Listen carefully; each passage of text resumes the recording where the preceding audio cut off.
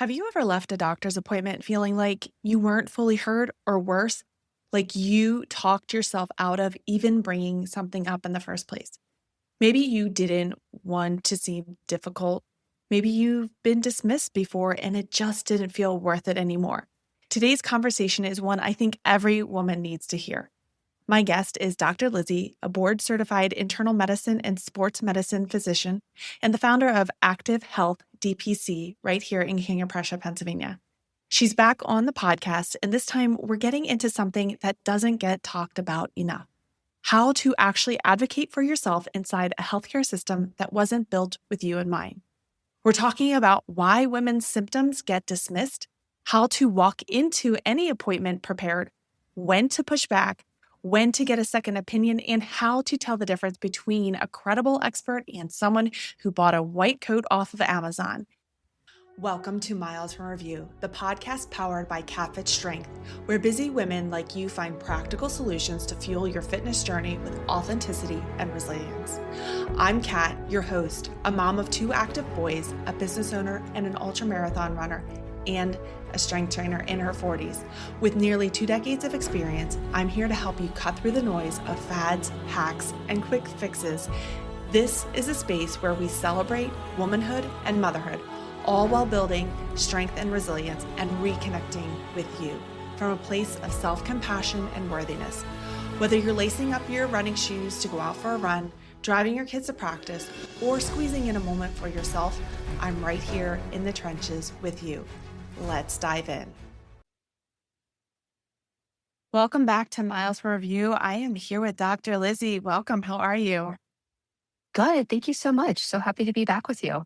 No, this is your second time on the podcast. And the first time we went over all things women's health. And today we're going to dive in a little bit deeper into the topic of that. I know for me, I am hesitant to go to the doctor on certain things because there has been this mistrust when I express, oh, I'm feeling this, but it gets dismissed and it prevents, I know myself, from wanting to go back or express different things. So we're going to dive into some of that today, that how we all struggle on advocating for ourselves in healthcare, and drawing from your expertise as being in the industry, being a doctor who works with not only women, but men and younger kids, but really focusing on women. Why do you think so many women struggle to advocate for themselves in healthcare? Yeah. Thank you so much for that question and sharing your experience. Because unfortunately, it's something that I do encounter frequently, whether it's friends and family telling me these stories or patients telling me experiences with other physicians. I think there's a few major reasons that this occurs. One, the healthcare system can feel intimidating. There's a lot of medical language, appointments can feel rushed, and many people worry about speaking up because they don't want to seem difficult or challenge their doctor. Second, many women are used to advocating for everyone else before themselves. They're advocating for their kids, their parents, their partners, coworkers. By the time it comes to their own health, they're often minimizing their own symptoms. And part of that comes into another reason is that historically, women's symptoms have been dismissed and minimized, just like you were saying. There's research showing that women's pain is more likely to be attributed to stress or anxiety compared to men. And long-standing bias, whether conscious or unconscious, is unfortunately still very prevalent in our medical system. So when you combine this complex healthcare system, time pressure and appointments, and the social conditioning many women grow up with, it makes sense that speaking up can feel uncomfortable. But the truth is, self-advocacy is one of the most important tools we have for protecting our health. Only you know how you're feeling. Only you know if it's different than what you're used to, or if something inside is telling you something's just not right. To kind of dive a little bit deeper there, how can, and you hit on that a bit, you don't want to be difficult, you don't want to be a bother, but how can you really advocate for yourself? Was there a version that goes too far? Where's that line? Because doctors are rushed, and it's not always on their own accord. Oftentimes it's people who are calling the shots that don't even understand how much time it takes to sit with a patient to answer their questions. So how can someone listening to this know if they're pushing too far, or where's that line there? Yeah, that's a very good question. And that line, like you're describing, it really depends on the individual person and what's going on. And I think that it just all depends on like how that interaction is going with your doc. But I think that I want to take one step back and just say what we mean when we're talking about self advocacy. What we're really meaning is understanding your needs and being able to communicate them clearly. And so I think when we start from there, then answering that question of what is that line, really, if you're communicating and you're not being received, then there is no, right? The line is until that is being met. You have the ability and you should keep pushing until you're being heard, until you felt that you're being taken seriously and that you understand what the plan is going on. And so sometimes it may just be a little, hey, as I'm being examined, did you remember just to take a look at X, Y, and Z? And that's like, oh, thank you so much. And that may be it. Versus you may have to gently say, hey, doc, this has been our fourth visit talking about this, and we've come up with this plan, and I'm still having these symptoms. Maybe it's time to get a second or third consult, or maybe I need to explore another option. And you always have the ability to get a second opinion. Yeah. I like how you also framed it out that a little bit from the doctor's point of view of like how to even remind that, hey, we've talked about this before. I'm still not fully understanding, or maybe they're not fully listening. And I think that's huge on both fronts. A key reminder that you said there is getting another opinion. That's huge. That's something I hear from my clients when they express something and I ask, have you spoken to your doctor about this, your medical provider in this area? A lot of them are like, yes, I have. And they don't have any answers, or it's the just because you're a woman, or that's what happens. And I'm like, that's not a diagnosis. That's not an answer. That's a brush off. So I always push them. I'm like, I know it's hard and it's one more thing, but find someone where I've built a good collaborative network of, hey, this person will listen or can point you in the right direction because they are in the field, because it is huge. And when you look at providers on a website, it doesn't show, are they good listeners? What is something that you would wish more patients just understood about how to work with the doctor, not against? Because I know there can be that push pull. And again, on this theme of you don't want to be too difficult, but you want to be seen, heard, and really listened to. Exactly. Right. And it's finding that balance. And again, I just want to say again, nobody lives in your body except you, and you are the expert of it. So if something feels off, keep bringing it up. And some ways to make sure that the interaction is going the way it should, or you can have a gauge of do I need to push more? Is a few things. One, make your visits to be as productive as possible. Like most things in life, preparing ahead of time is going to be critically important. You want to write down the questions that you want answered. You want to write down a summary of what's been going on. So this looks like, when did it start? Because these are the questions your docs want or your provider wants answers, and they want answers quickly, right? Because you're rushed, docs rush, the providers rush. So trying to have that information readily available will make the visit more time efficient. And also laying out your agenda at the start of the visit. Now, you can say, hey, I have five things. That may not be realistic, right? The doc may say, hey, I need one or two. So put the most pressing thing at the top, voice it at the beginning of the visit. I implore you, please do not wait for the doc to go through their agenda. They're on their way out. And then you're like, oh, but my most pressing question, right? Bring it up ahead of time. You can help set the agenda. And then being prepared for the visit looks like writing down the questions you want answered, bringing a summary of what's been going on. When did it start? What symptoms you're experiencing? Trying to describe it, especially if it's pain, which can be hard to describe. Is it sharp, stabbing, dull, aching, burning, electric, buzzing, pressure? Also trying to quantify how this is impacting your life, right? So if you're like, oh, I'm tired, right? Again, there's one tired of, oh, I'm just kind of struggling throughout the day versus you're like, hey, I cannot engage in my work. I'm missing deadlines. I can't get out of bed. Really trying to quantify how impactful this is on your life and your quality of life is helpful. What makes your symptoms worse? What makes it better? Have you ever had anything like this before? If so, has anything helped in the past? Or what have you tried in the past that's not helpful? And then have your symptoms progressed or changed over time? What have you tried for these symptoms at home? And include the normal things, right? So it's, if you have pain, I tried Tylenol, Advil, ice, heat, stretching, right? I've seen other chiropractors, acupuncturists tell the doc all of that so they know what you've been going through, or maybe those are something to try. And then also, have you been seen for these symptoms before? If it's been with another doc or provider, bring those names and their specialties. If you're following up with the same doc, like I said before, you may have to gently remind them, be like, hey, again, this is our third or fourth visit for this. And then you want to know your path going forward by the end of the visit and what the next steps are.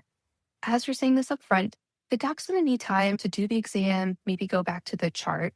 But again, setting that expectation up ahead of time really frames your expectations, which is helpful for any meeting and interaction.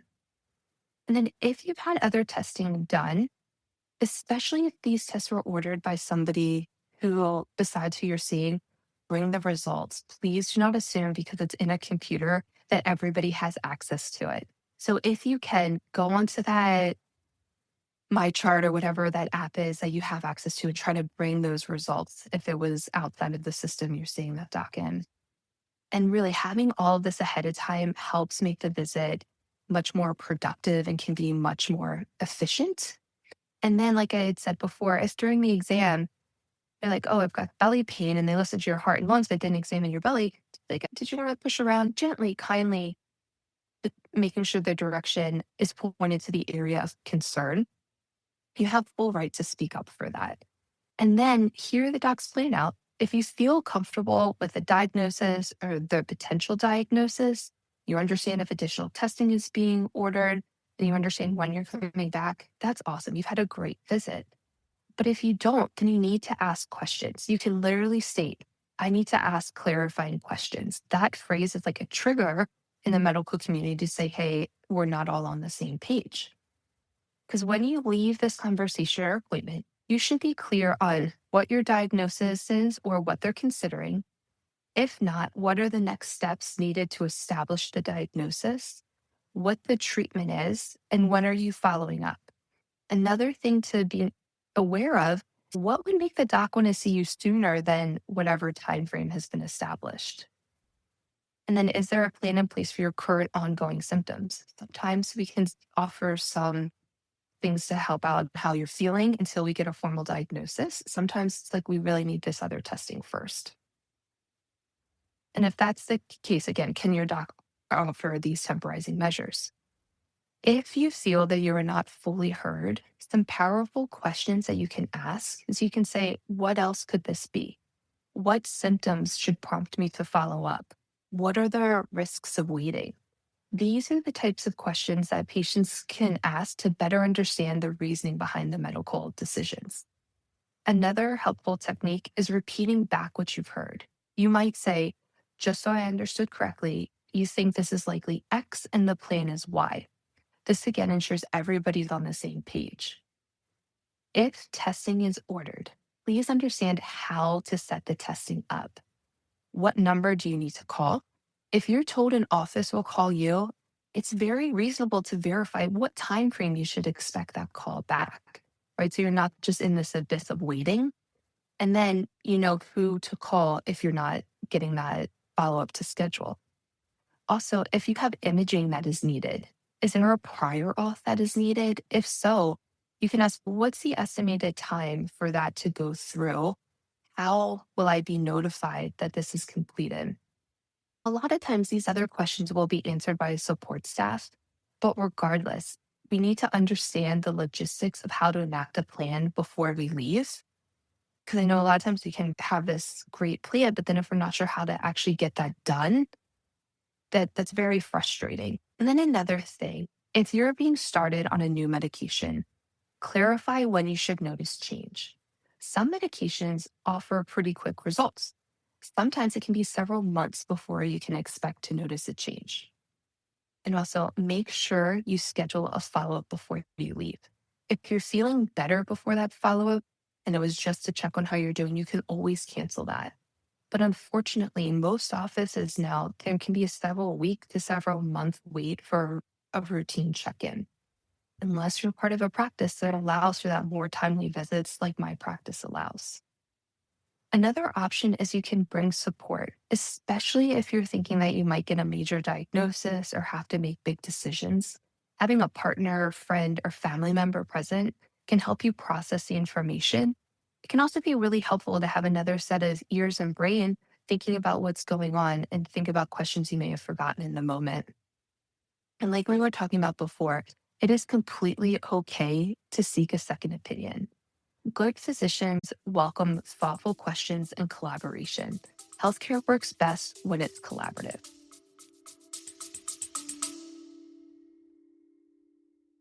Are you curious about CatFit Strength?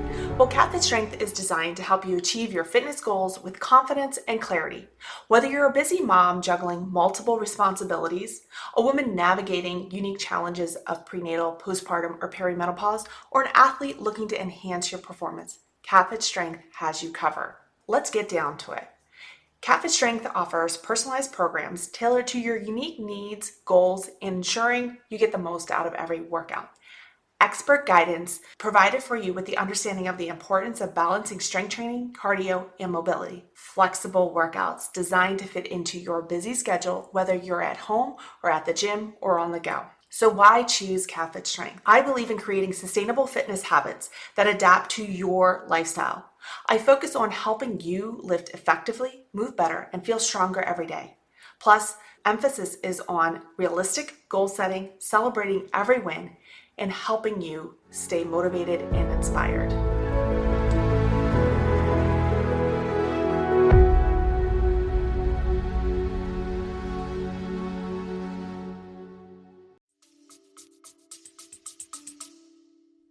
Yeah, that's a very good point. The one thing I know I've run into it with appointments, and again, it's frustrating because it's more the system than the doctor, is when you go in for maybe it's just an annual wellness visit checkup and you have a question. How do you deal with, and I know your practice is different. That's why you are in a different type of practice than one. What is the more mainstream healthcare system with insurance? How would someone, and I've encountered this where the doctor's, I can't answer anything other than what I'm here for. And it's when do I make that appointment? Because to your other point, there's months and there's so much time to get on it. And it's not a sick visit, which you're going to come in more immediately. This is the symptom that's going on and it is messing with my life. So, how would someone in that situation be able to be seen a little bit more quickly where they get kind of dumped into like everyone else? We'll see you in 6 months. And that's defeating. Whereas I need answers now. I'm here. And again, I know your practice is different, where that's why your practice is different. Yeah, no, that's a very good point that you bring up. And I think some of that is the terminology, right? And so when you're having a preventative visit, this is your annual physical. And I know a lot of times we'll communicate this to patients. This is like your free visit for the year. To But in that, for on the physician side, there are explicit things that we have to go through to meet those requirements to for that visit to say that it's a preventative visit. But then in context, JMF, which is a big medical journal, did a study that if we were to do the preventative counseling and the shared decision making for all the required things, it would take docs 27 hours a day. So that's just to put that in the frame of, it may seem like the discussions aren't as robust, but it's because we're trying to go through those things. So, when you're going in for your annual wellness and preventative visit, I think it's helpful to frame that, especially to say if you're in a standard setting, that this is the visit to talk about, are we up to date on our routine blood work for screening? So, do we need to check our liver, cholesterol, blood sugar, things like that? Are we up to date on our cancer screenings, age appropriate cancer screenings, right? Whether it's breast, colon, cervical cancer screenings. And then as you age, there's other screenings for all risk, balance, and mental capabilities.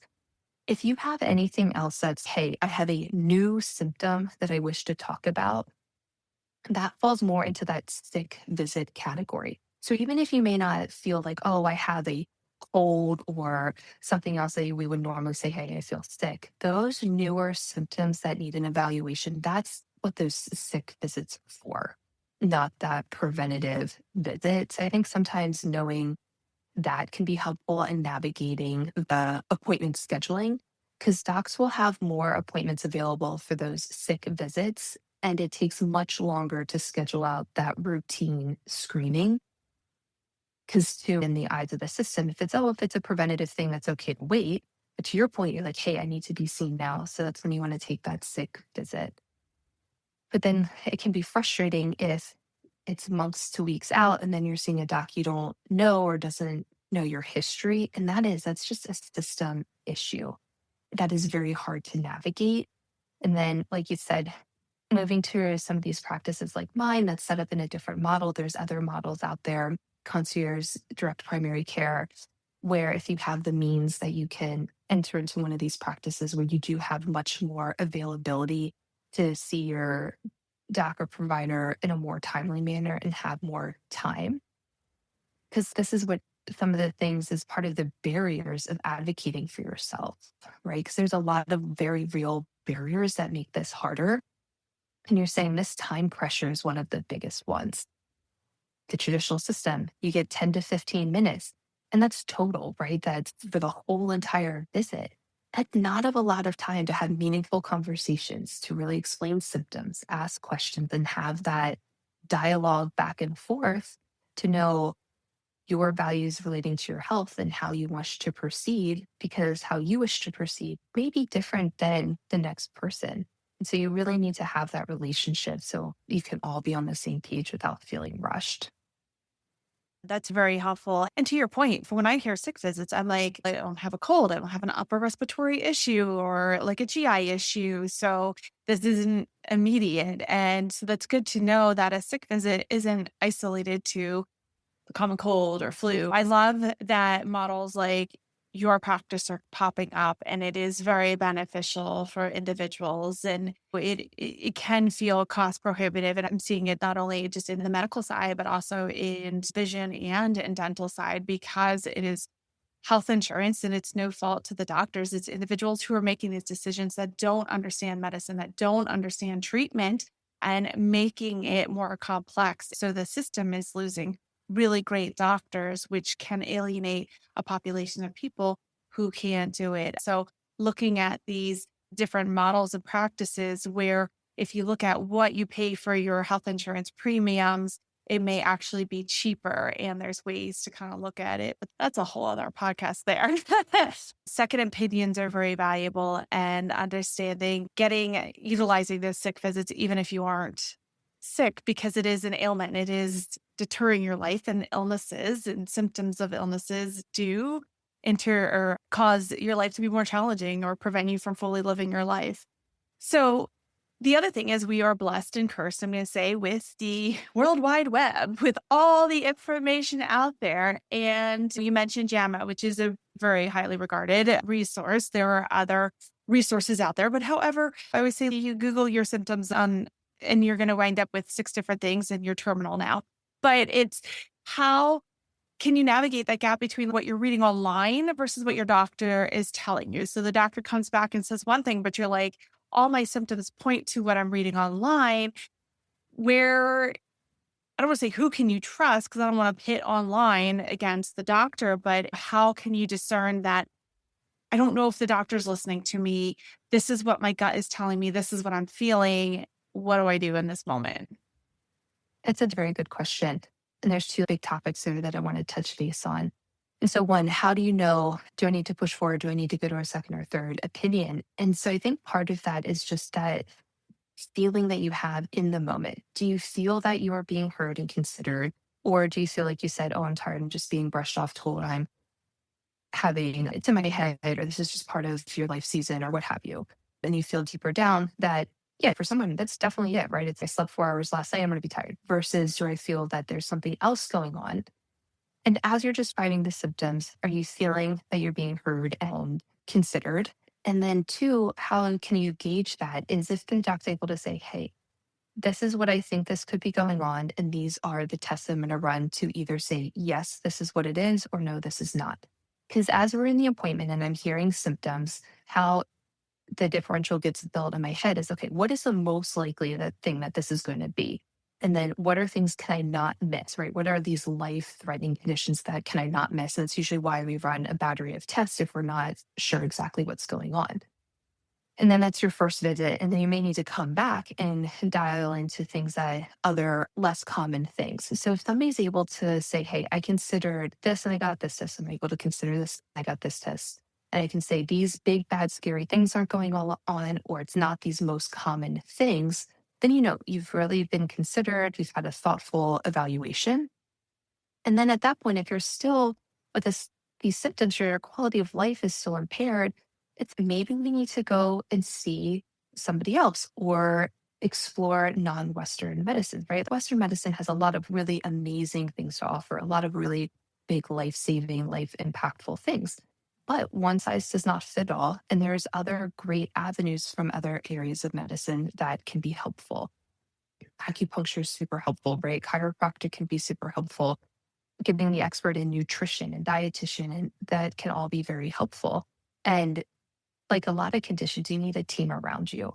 So just because one doc may not have the answer, it's like maybe we need to subspecialize, right? There's a Dr. Carawata who specializes just in Sjogren's. So trying to evaluate if there's somebody else that you could see. And then how do you find those people?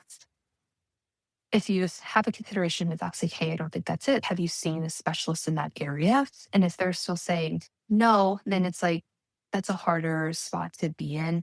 And then hopefully you have a doc that you trust or have a good relationship that can say, why don't we try this? Or maybe what's being sold over here is like snake oil, or may not just be the best for you.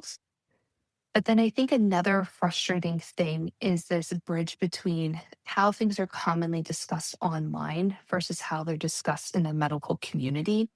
And one of these, a good example of this is cortisol. And right, it's very popular to undergo these cortisol detox programs or my cortisol super high. And in medicine, cortisol is this stress hormone. And when we hear stress hormone, we're like, yeah, I'm really stressed out. So my cortisol level's high. But in the medical side, it's not a very common situation to truly have high or low cortisol levels. It's a very tightly regulated hormone. And so, understandably, some people can feel stressed out. They want to check their cortisol levels, and then it's normal. And then there's this dichotomy of all these symptoms that I'm having online say that I'm having a high cortisol level. I go to the doc and I get this lab, my cortisol level's normal. Now, that normal lab value doesn't mean that your experience isn't real. It doesn't mean that you're not feeling these symptoms. It's just this not unified language that we're using. And it means that your body's functioning normal from the medical standpoint, and you don't require treatment for cortisol itself. But yes, you still need steps and interventions to help with those other systems that you're feeling. And I think we just need a different word than, right? And again, for example, cortisol. You can have emotional stress and feeling overwhelmed and feeling burnt out, or a lot of women, maybe we're in perimenopause and it's not cortisol, but it's something else going on. And I just raise this because people can feel really dejected when the lab test is normal. But whether it's a normal blood test, normal advanced imaging, or any other testing, that normal test does not mean what you're feeling is not real. And I think that we need to be more validating for these symptoms. And I think part of that goes back to this conditioning of women being told it's in your head when it's not. It's not always, or a lot of the time. And I get it when we want to point to it and say, see, this is what it is. I'm not crazy. And I think an example word of why we feel this thing is very real is the word hysteria, right? The ancient Greeks used to say women, the malposition of the womb, and then it got reclassified to this neurosis of the brain. And it wasn't until the 1980s that we stopped using this as a diagnosis. To me, that really highlights this underpinning of why we want to say, to point to something and say, this is what it is, this is real. And so you can have different symptoms. In the lab tests may be normal, but you're still having them. And again, perimenopause is a great example of this. You can have completely normal hormones and still be in perimenopause and benefit from other treatments, right? Like Dr. Einhorn with NP Collective is a great expert in this to really help women navigate through this area. And finding those experts to guide you and say, this is a good treatment is the challenge. And it's also part of this barrier. Again, like we're talking about advocating for yourself and finding who can we trust. Yeah, and I think I would add to it too, because you and Dr. Einhorn and a few other doctors, they look at the whole person versus just the symptom. It is very common to have those normal labs. And like you said, your symptoms are valid, but looking at the whole person, because oftentimes it's not just one factor that could be going into it, that there could be other imbalances in that lifestyle that can be contributing to it. But I think finding those providers too that look at the whole person, not just one little area, or actually have an understanding and are staying up on the latest research, because especially with women's health, women were not included in medical journals until what was it, 1996. I know in physiology and the health and fitness space, they were not included until 2001. So that is literally just yesterday for both of those. And all the data was on males and female rats and extrapolated to be like, yeah, of course, a woman is very close to female rat and a man. And it's no, we're not. So it is advocate and a doctor who's going to look at more than just one little narrow little area and look at the whole and think outside the box. Agreed. It is. It's very important that we're finding providers and doctors that are considering the whole person and looking at your understanding you as a whole person. Because, like you said, you're not just one system, you're part of a whole. And I know you've mentioned on other podcasts too, life stressors impact their overall stress that's going on into your body and how you're going to recover from that too. And so that also has to be taken into consideration as we're talking about overall health as well. But just touching base back on something you'd asked before about like, when should we speak up more? And there's definitely situations where it's like I encourage you to push back more, even if you're concerned, oh, right, I don't want to be that difficult person or push against this authority figure. But again, if you're feeling rushed out without having your concerns addressed, if you're continuously being dismissed or you feel like things aren't just right, keep pushing. If you have the luxury, be a different doctor. Because, like you just said, our bodies send signals long before a diagnosis can become fully obvious. And then trusting that signal and continuing that conversation with your physician. Right. And I think some of us just need to say it's okay to keep pushing and keep asking. And so this is my invitation to you to say if you feel like it's not right, keep asking, keep trying to find that answer. And then you're like, which doc do I see? Because like you said, it can be very hard to know who in this see, especially in our area, right? Where you're Philadelphia, Pennsylvania. Thankfully, we have a lot of really great systems and docs around this area. So talking to people, going on the community, whether it's Facebook or whatever wellness community that you can find to say, hey, who do you recommend? Talking to friends and family, that can be very helpful as well. And the other thing to just mention is that the frustrating thing is, as you just said too, women are now more being included in research in the history of medical research for hundreds of years. Being in it for 2630 is not long at all. So there are definitely syndromes and diagnoses that are not fully elucidated or not fully understood. So you may be part of this, have these symptoms that do not have a formal diagnosis or you not fully understand it.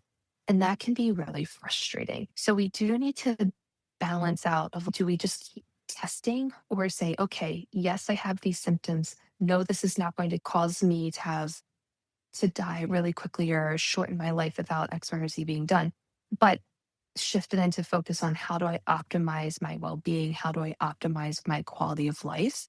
So I do also want to say that there may be times that we're not going to have a formal diagnosis, but then shifting to how can we optimize how we're feeling, which is still saying we validate how you're feeling, but then I may not just be able to label it. I think we should kind of address this. And this goes back to that online space is really tuning into who is actually a credentialed expert in that field. Because studies, you can take any portion of a study and highlight it and kind of shape it to the way you want, even though someone says, oh, this study, it's how would you, I'm going to say, have a woman be able to advocate that? I heard this sounds really good. How being a doctor would you want, I mean, anyone listening to this to be able to be aware that what they're tuning into is an actual expert versus someone who bought a white coat off of Amazon? And I know it may be really hard to determine. That is an excellent question, right? Is because anybody can have a platform now, which is can be great, right? We're getting a lot of other voices out there, a lot of other takes on things, which is important. But to your point, especially with health things, how do we know should I listen to them or follow what they're saying? And still, if you can find them and see what their credentials are, where did they get this base of knowledge from? How long have they been in this field? Is going to be pretty apparent pretty quickly, right? Like, do they have a credentialing in what they say, right? Are they an MD, a DO? Are they an advanced practitioner in this space? Or are they somebody that has no other credentialing after that? And then how long have they been practicing in that space? Do they have articles written? Are they on other platforms sharing their information with a platform that is reputable? But then too, I also think that the wellness industry is a several billion-dollar industry.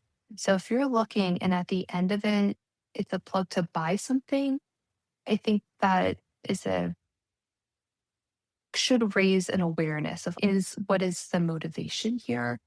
And if it's only something that you can get from that individual, I think too is, hey, that may not be the most ideal course of action. And then is this a fad thing going on right now, which is usually something to give you pause about for exercise and nutrition, right? I don't think things that are really beneficial are really overall that sexy, right? Because eating 7 to 9 servings of vegetables and fruit, making sure that you're getting your protein, right? We know 1.2 to 1.6 grams per kilogram per day.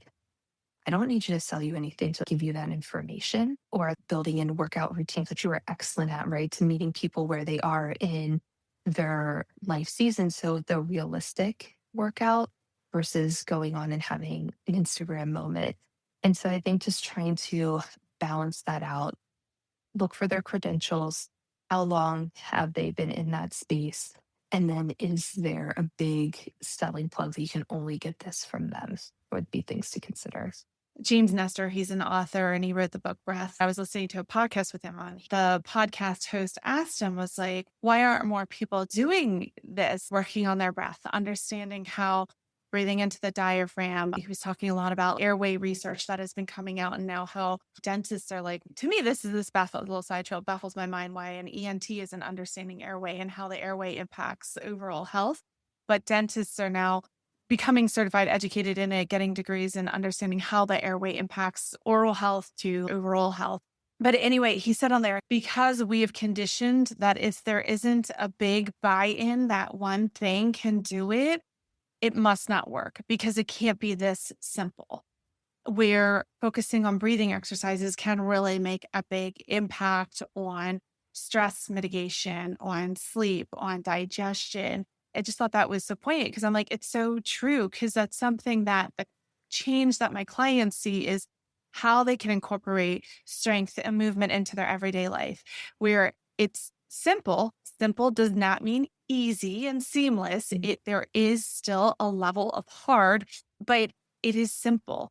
I'm stripping it down to exactly what they need. And I think that's where we are blessed to have a lot of information, but it can be made out to be very complex with all the things you need to do and maintain, especially around going to perimenopause, menopause. I had a client being like, is it true now I need to take 10 different supplements and do all this and this because I'm like, no, I strongly suggest you speak to your healthcare provider. And she did tell me where she heard that from. And I was like, I would consult your doctor. And get an understanding where you're at, what you need, because you don't need 20, 30 supplements to survive every day. So their supplementation has its place, but just because you turn a certain age does not mean you need 30 supplements. Agreed. Agreed. Again, supplements I think can play a very powerful and beneficial role, but I just want to caution, are we replacing one pills for another? I am all about being natural, meaning eating food and using nutrition to support your health, but nutrition that's recognizable, right? Because the benefits and the enzymes of an apple are not going to be the same if you distill that and put it into a pill.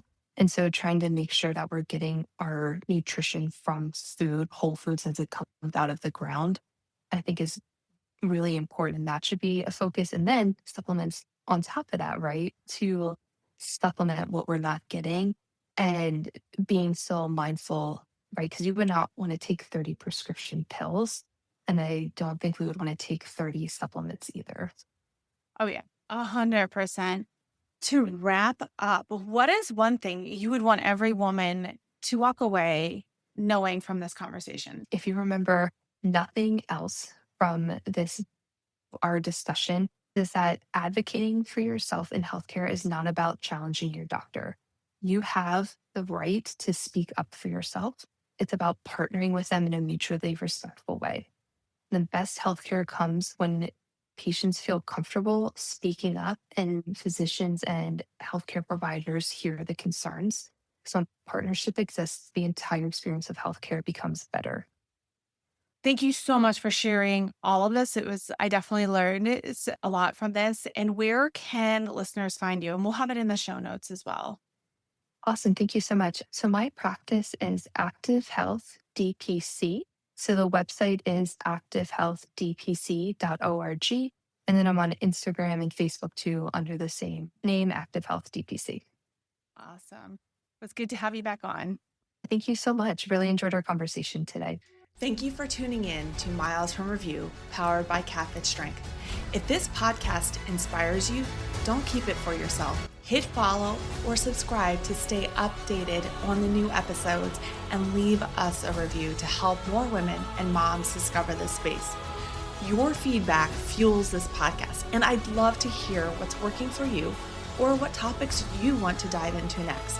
You can connect with me on Instagram at CatFit Strength or share this episode with a friend who is ready to embrace her strength. Remember, fitness isn't about perfection. It's about showing up for yourself and finding strength in every step of your journey. Until next time, keep moving forward 1 mile at a time.